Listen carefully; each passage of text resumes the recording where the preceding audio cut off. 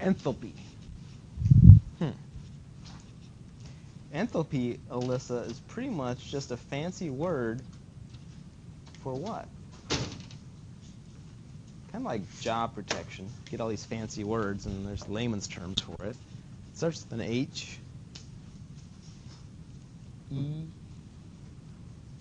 A. T. Heat. Fancy word for heat. So all we're going to do in this is called thermochemistry or thermodynamics, but all we're pretty much going to do is we have a reaction. And heat is either going to be a reactant or heat will be a product. One or the other. And that's all we're really going to treat it as. So if you treat heat like a reactant or a product, then we can convert, so many grams of one reactant into heat. We can convert so many grams of product into heat. And really make some nice predictions that are pretty dang important, because if you can't predict well what's going to happen regarding heat in a chemical reaction, you could have a real mess on your hands. So it kind of starts out with this equation, and I guess it kind of makes sense that the book does this, because we said, Christine, that if you increase the temperature, all these molecules, like the gas molecule, they start moving what? Faster. So if you increase temperature, their what energy actually goes up? Not potential energy, but kinetic energy. That's what this is, right? And their kinetic energy of a single gas molecule, you can calculate it, 1/2 mv squared.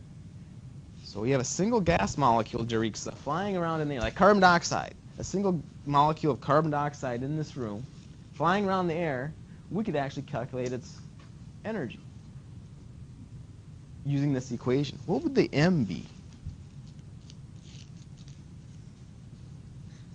The mass. The mass of that molecule, right?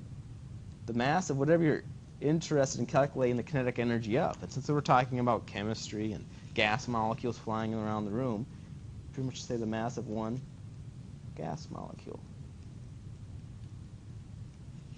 V, Kimberly, you'd probably guess is what of that gas molecule? Oh, not volume. Think of it this way. If you increase the temperature, the little CO2 molecule has to start moving faster, right? So V would probably be velocity. And I guess the only hint they're kind of giving you is that it's a squiggly little V, so it's not volume. So they're trying to tell you it's a different type of V. So that's speed. And you got to square the speed. And units, now to get the standard metric unit for energy is joules. And I'm too lazy to write Joule all the time. So the book and everyone just writes big J for joules. Mass, now if you want to use this equation though, Amy, and get joules for energy, mass needs to be in its standard metric unit, which is, and it's not grams, it's something else. What grams? Not milligrams, not centigrams, but kilograms. That has to be in kilograms, otherwise forget it. You're not going to get the right answer. Speed can't be in miles per hour, Alyssa. It's got to be in standard metric units.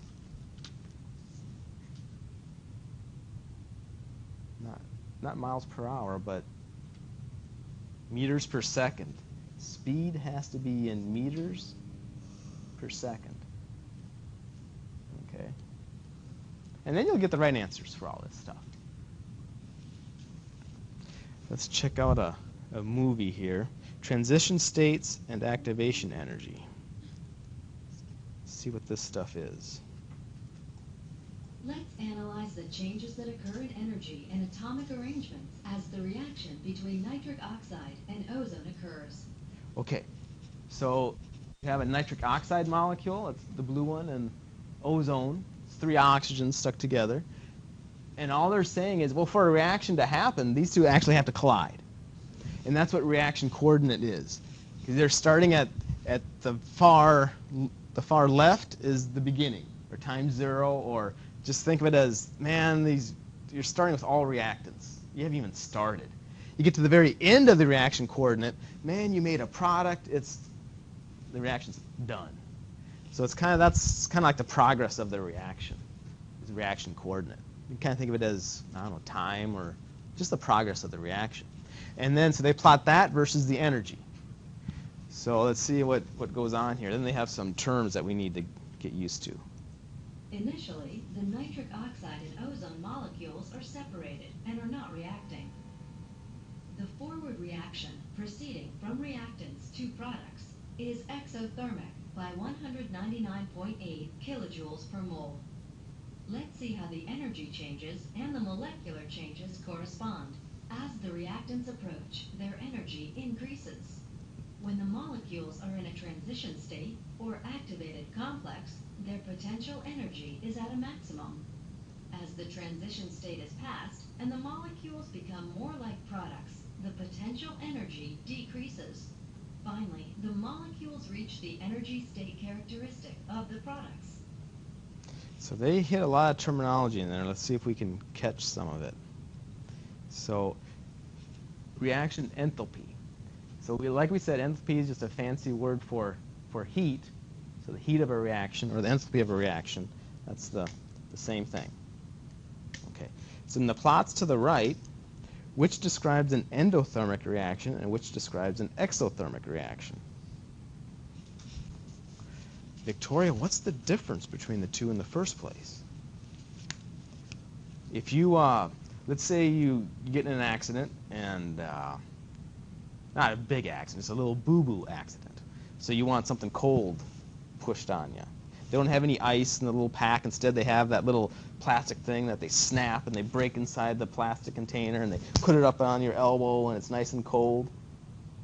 What type of reaction is that? They didn't plug anything in. It's just a reaction that absorbs heat. It makes the thing cold. Is that exo or endo? It's endo. Endo is absorbing heat. Right. Endo absorbs heat. So if you're going to absorb heat, Amy, these reactants absorb heat. Reactants can get converted to products. Well, if the reactants are absorbing heat, would they end up with a higher energy or lower energy as products? They're absorbing heat, though. Heat is energy, right? So they're absorbing a lot of this energy to get converted to products. It's kind of odd. It's the opposite of what you think nature says, right? Because balls roll down hills. They don't roll up hills. So it's not a very common thing, but it does happen. But it's not very common, okay? Exothermic, then, must be, what must heat be doing then? Given off, being released, right? Makes much more sense, right? The reactants get converted to products, and you kick off all this energy. The products end up being at a lower or higher energy? Lower, right? Okay, so which one is which here then? Which one is exothermic? The blue or the green? The blue, good. The blue is exothermic. Because look how far down these guys ended up. This is an exothermic reaction. That means the green must be endo.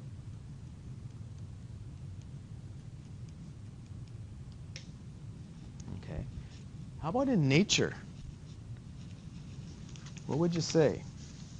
Monica, would most reactions be endo or exothermic? What's more natural? I mean, they both happen in nature, but one is much more common. What would you guess? Got a 50-50 shot at this.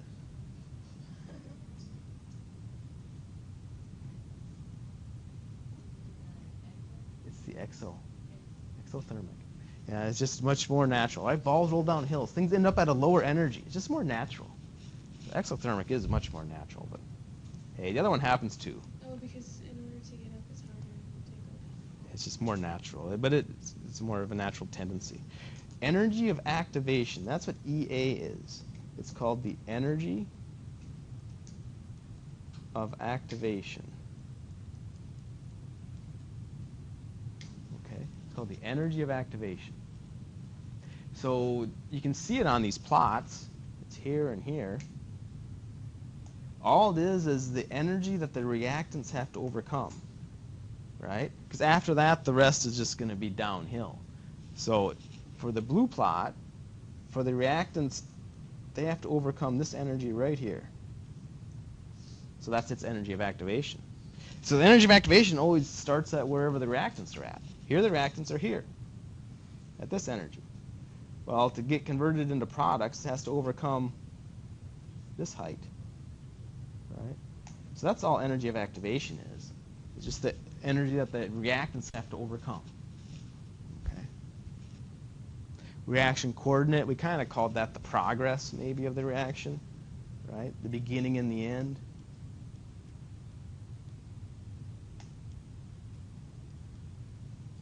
The progress of the reaction, something like that.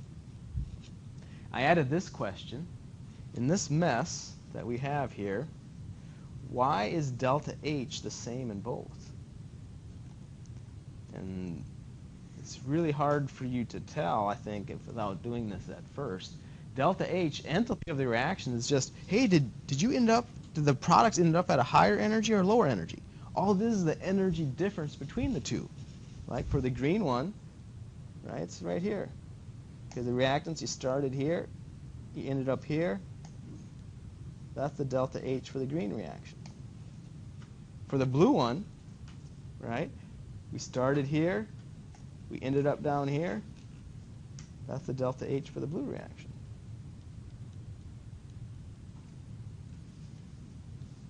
So they're the same. Because the reactants and the products are both at, right, same difference in energy. Same difference in energy. That's all enthalpy is. Okay. Let's see how back in the day they actually put railroad tracks together. Remember, they didn't have welders and all this electricity and stuff. So let's see how they did it.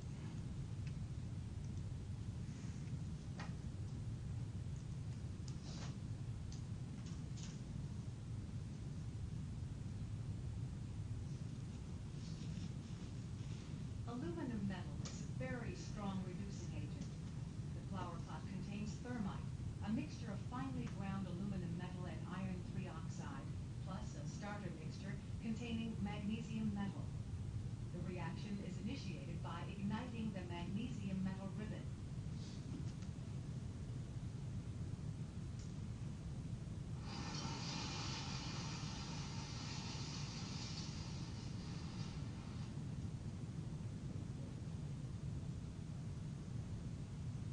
Some of the molten iron has flowed out through the bottom of the flower pot into the bucket of sand.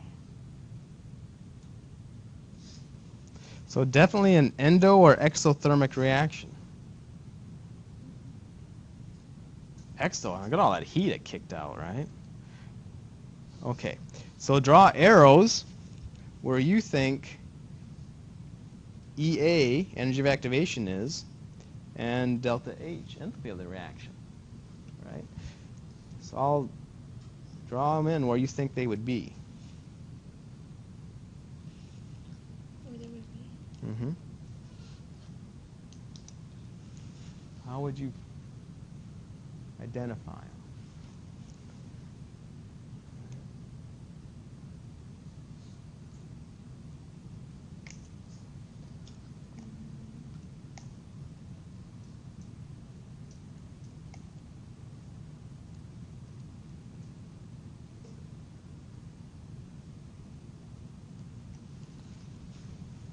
It should be those two, right? But which is which? Gilbert, which one is the energy of activation? Which one is EA? The red one. Good.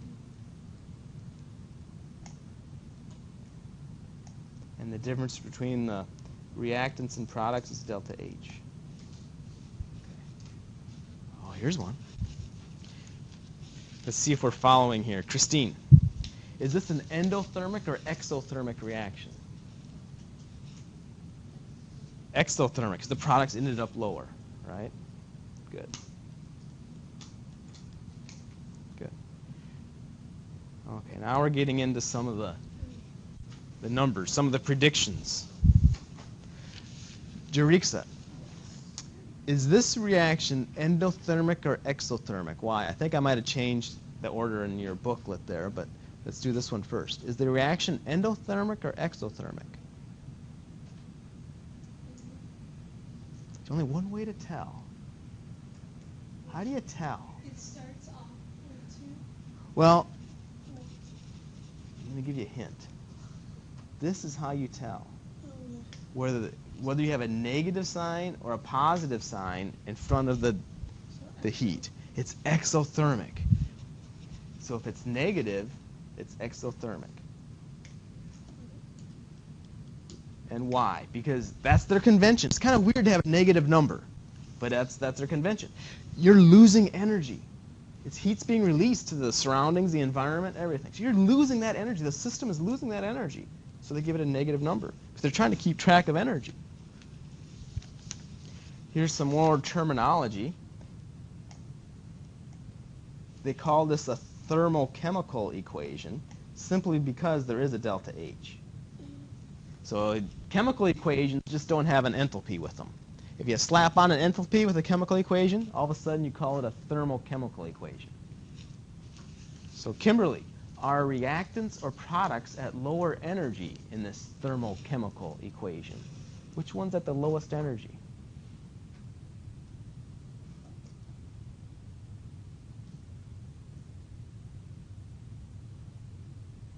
It's exothermic. All this heat has to be released in going from reactants to products. So essentially the reactants had to lose all this energy to end up as products.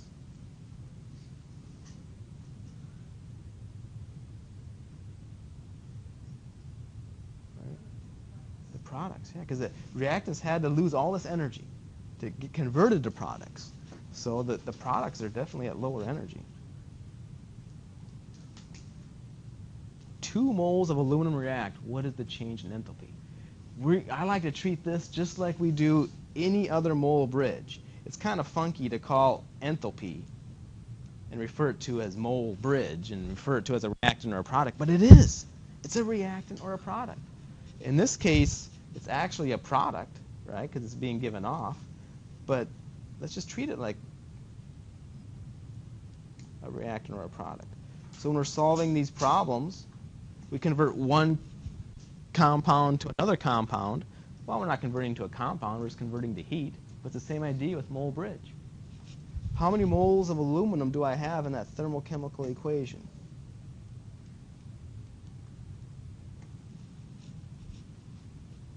In that thermochemical equation, the mole bridge, you'd write how many moles of aluminum? 4. Okay. And how much heat?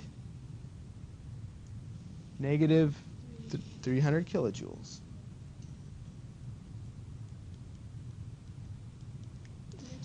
All right?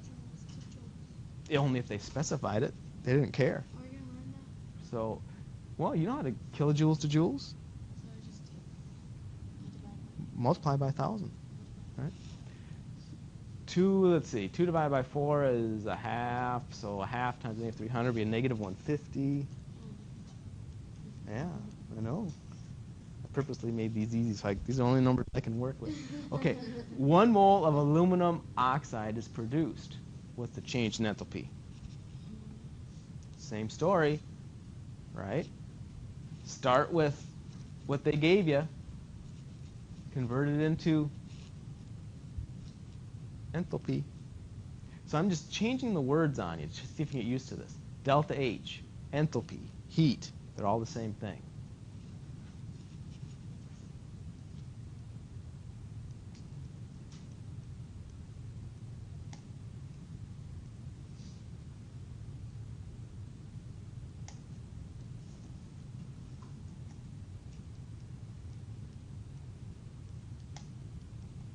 Looks like you should get negative 150 again, right?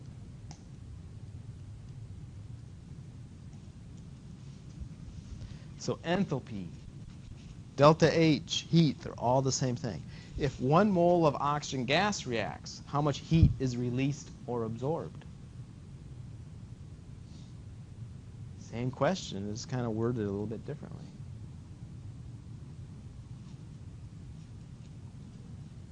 Right? So hopefully you're starting out with the 1 mole of oxygen. Now we have what? 3.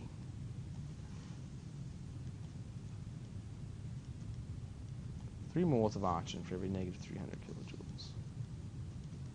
Now you get a negative 100. Okay.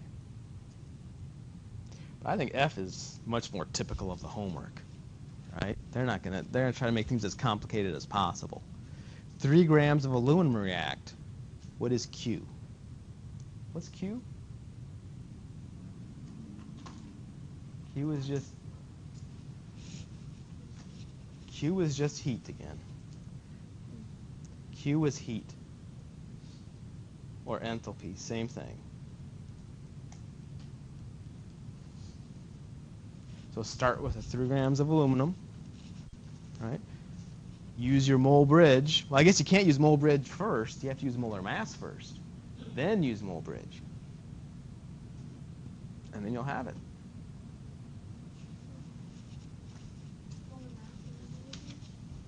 Yeah, because you can't go from grams of aluminum and use the mole bridge. You have to get into moles first.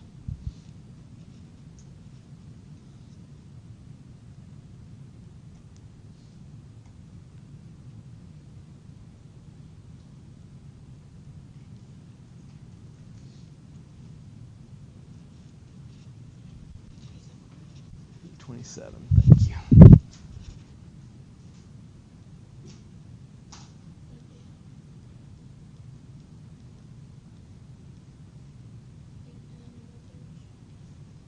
And the mole bridge.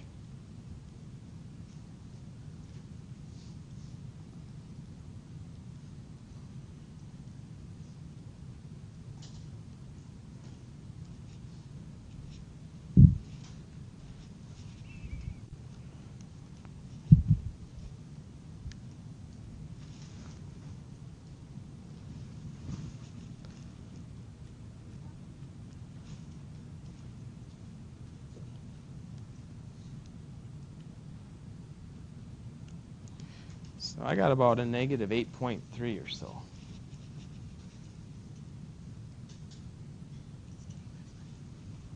So Monica, did you agree with negative 8.3?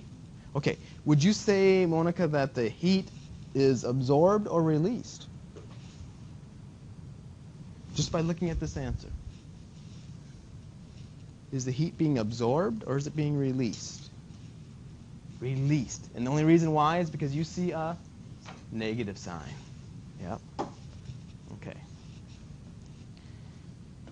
Let's see if we can play around with this a little bit. I'm giving you a thermochemical equation. So it's a chemical reaction with a delta H.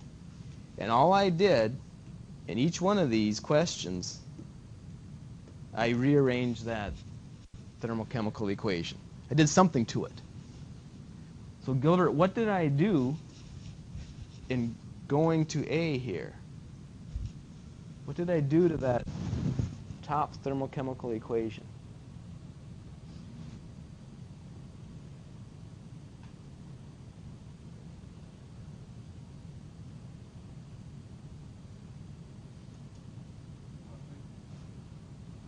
Yeah, because you have X gas. These two are reactants. Now they are products. So I flipped the reaction. So I flipped the reaction and going to A. What's the effect on the enthalpy? It's not going to be negative 300 anymore. It'll be positive 300. Because negative 300 meant that heat was a product.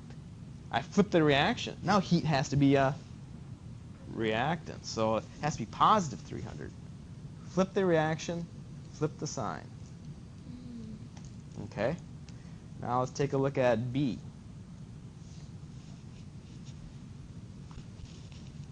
What did I do in B? Kimberly, what did I do in going to B?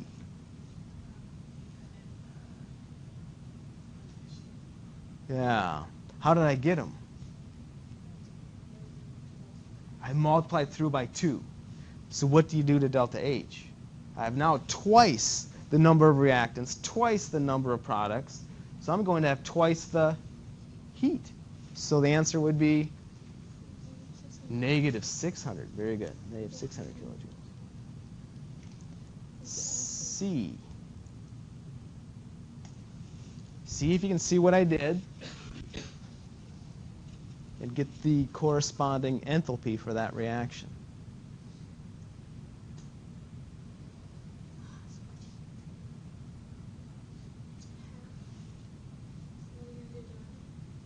So Alyssa, what did you say the answer is for C?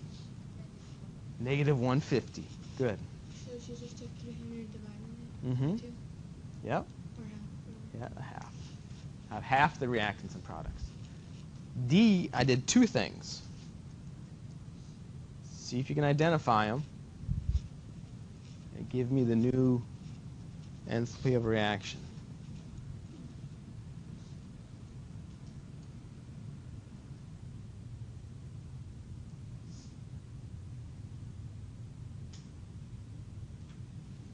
What are the 2 things, Christine?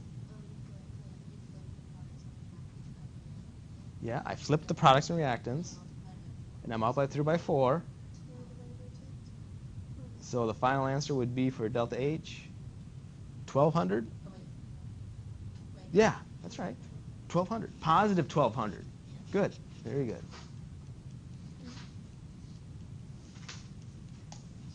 Okay. Because we flipped the reaction, so the negative sign becomes positive, and then we multiply it through by 4. From the 300. Okay. Yep. 1 mole of iron metal reacts with hydrochloric acid at constant temperature and pressure to produce hydrogen gas and aqueous iron 2 chloride. 87.9 kilojoules of heat evolves. Write a thermochemical equation for this reaction.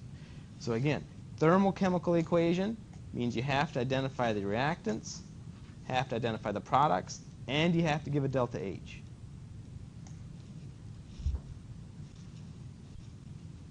And then you have a thermochemical equation. Identify the reactants, the products, make sure it's balanced. This is an easy Friday. You have it made.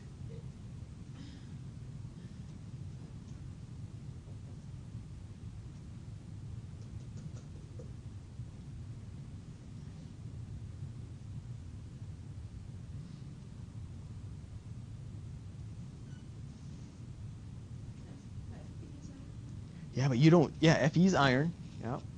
But you don't need to know molar mass or anything. You just need to write the reaction.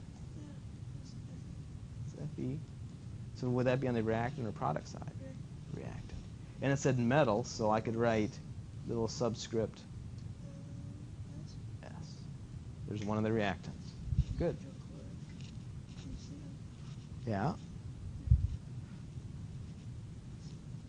Yeah, but how? Yeah, I wouldn't know how many of them. I'd write them all out before you try to balance it. Right? I don't know how many of them. I'd write it all out first.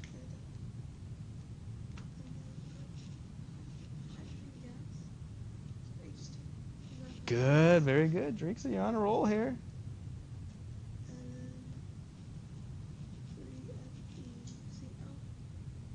Okay, now here's where you're messing up. I mean, 2. Sorry.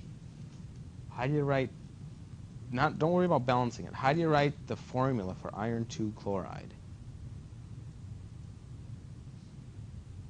Right? Fe2. Cl2. Right? And I would do it this way. Iron 2 chloride, then I do the subscripts. That keeps me from screwing up. And aqueous. Then you got to balance it.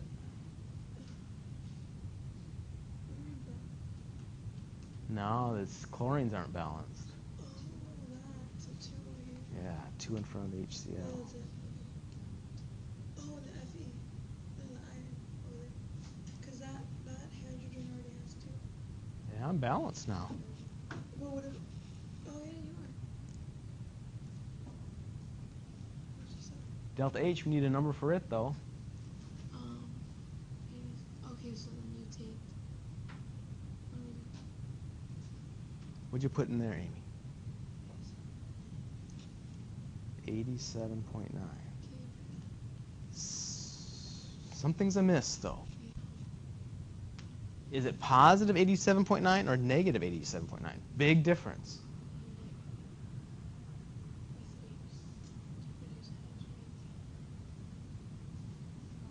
The only thing that tells me is this word right here. Evolves. So does that mean it's given off or it's being absorbed? It's given off. Right? That's so good. It's given off.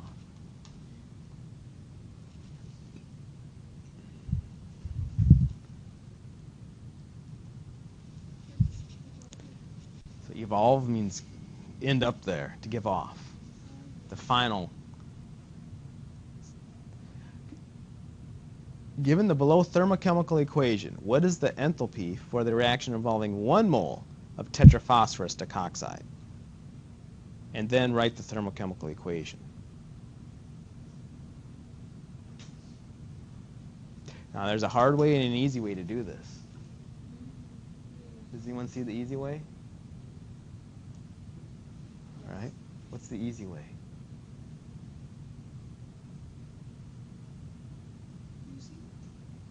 Anyone see it? I thought someone said yes. No? Right?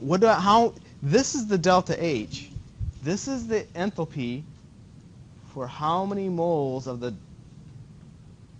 Take the heat, take the force of that, and For how many moles? 1. This is the heat for 1/4. Just multiply through by 4, and I'll have a 1 there. And that'll be the heat for one of them. So just multiply through by 4. To me, that's the easy way, if you can identify that. So multiply through by 4. So I'd have, 4 times a 4th is a 1, right? P4, 10. 4 times 3 halves is what, 6?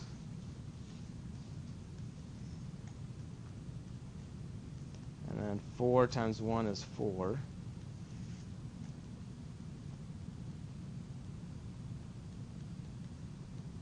And then a 4 times that is what? 440. Oh, thank you very much.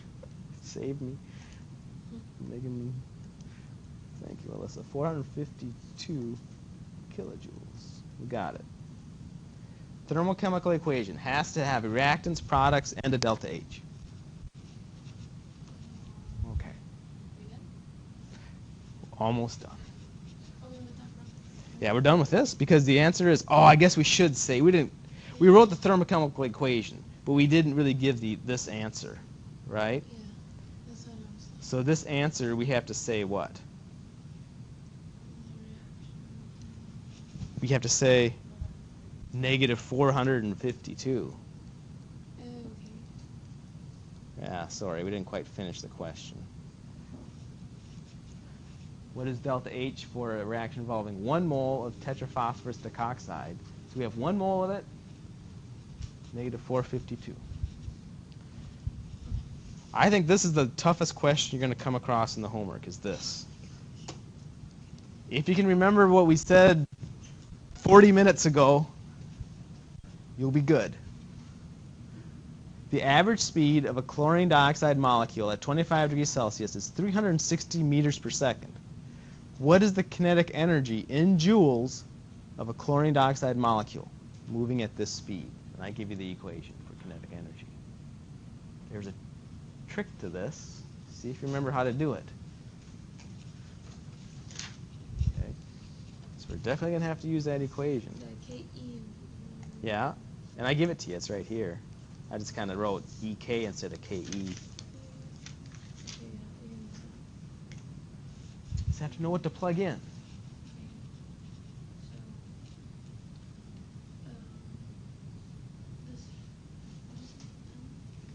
Yeah, well, M to me is the trick, because the V is The V is done, isn't it? The V is done. 360 meters per second. Oh, this is speed. We're done with V. He's even in the right units. But we got to get that M. And so what do we have? ClO2. Yeah.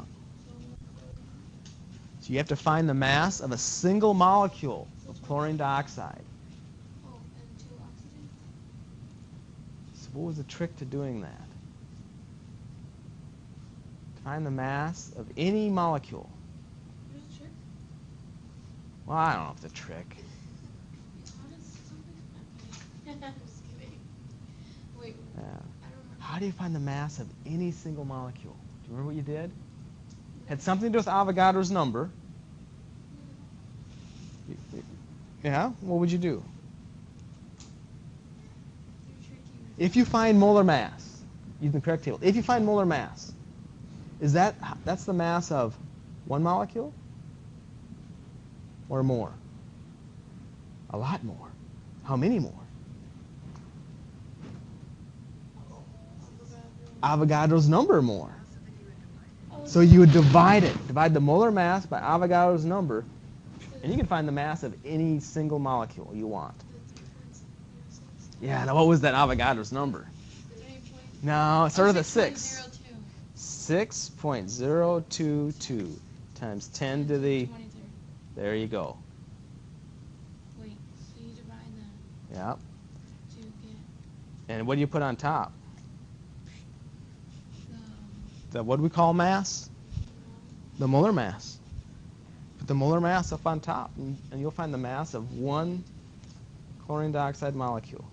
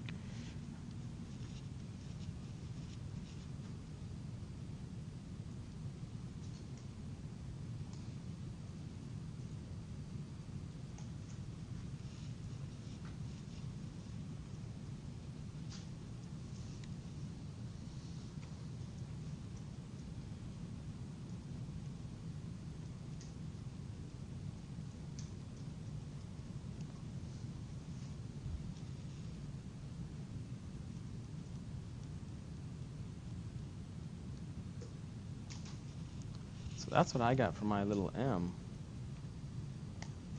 Is that right?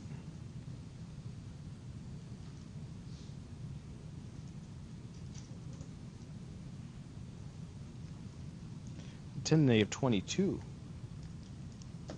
Right? Did you get 10⁻22? Okay.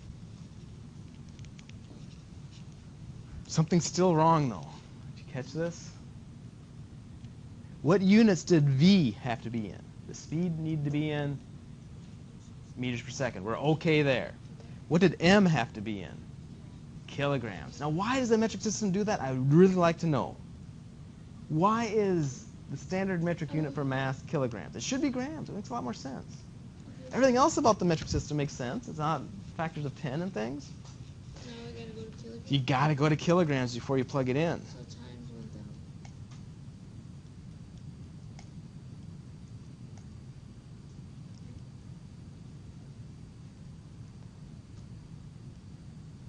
Where's the 1,000 go? Amy, where's the 1,000 go? Oh, you just said on the bottom. Right? The number goes with the prefix always except for kilo. Has to go with the unit.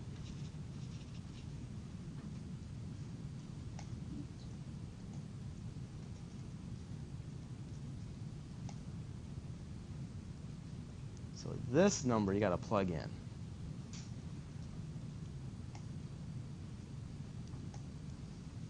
Why did they say twice? 2. Right? So my kinetic energy,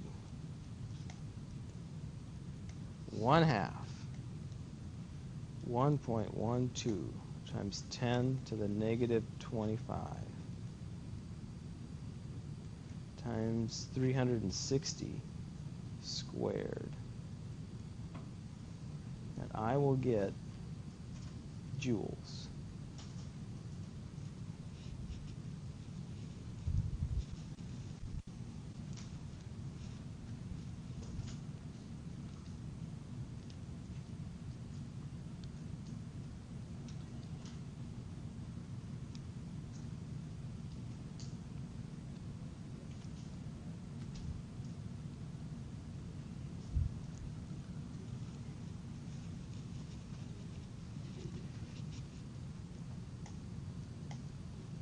Hopefully we came up with the same answer here. I got 7.3 times 10 to the negative 21. Make sure you can plug that in your calculator, because I'm sure that's going to be a homework question. So you got a couple minutes to see if you can make that match. It's a lot easier to figure it out here than sitting at home.